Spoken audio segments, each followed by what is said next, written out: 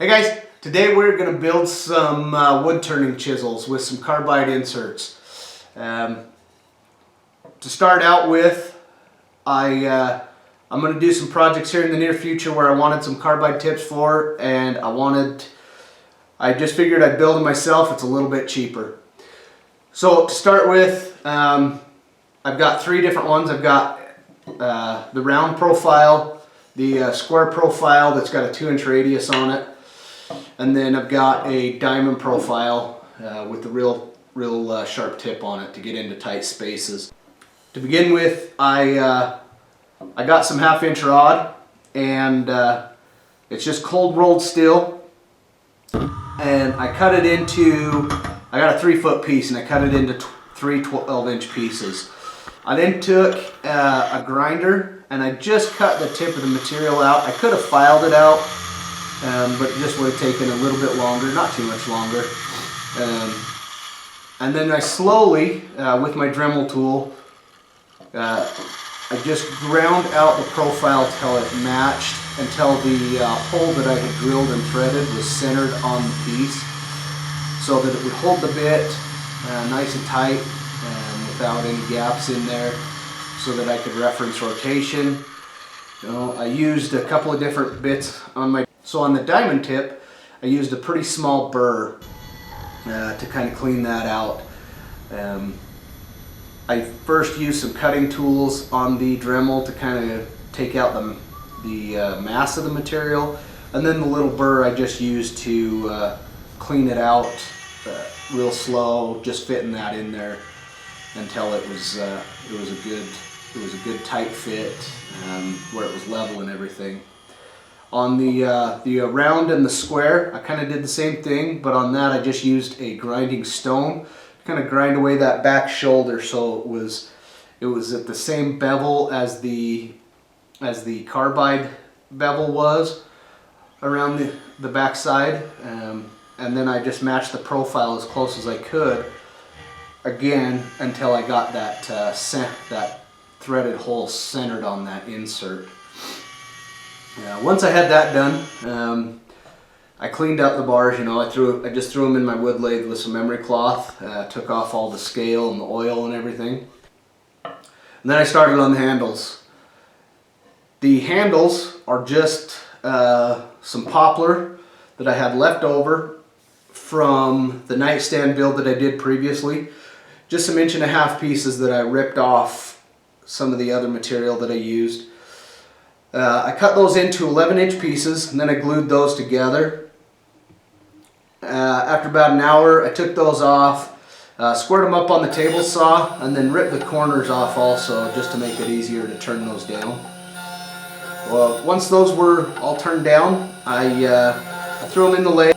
Once I had rounded them all off, I took and I just marked where I was going to have that copper piece, the ferrule at the top, and with a pencil, and then I marked the final length of it also, and then I just using a parting tool, I parted down those lines, and then right where I've got the swell in the handle, this swell right here, I just kind of parted down to a depth that I thought was about right, and then using my roughing gouge, I tapered down to that center part on both, so that the back has a swell for your hand to hold, but if you want to hold it closer up, it's also swelled, just like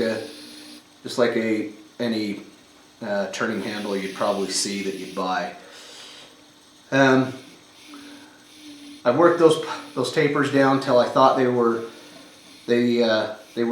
right where I wanted them, or that they looked good. I didn't have any particular sizes in mind. I just kind of went by eye, and when it looked good to me, I stopped cutting, and then I sanded them, sanded down the profile. Poplar's kind of a pulpy wood, so it tears real easy when you're turning it. So I took that and just sanded it with an 80 grit pad I had, until I was happy with the finish to begin with. and then I fit the ferrule and polished it up a little bit on there.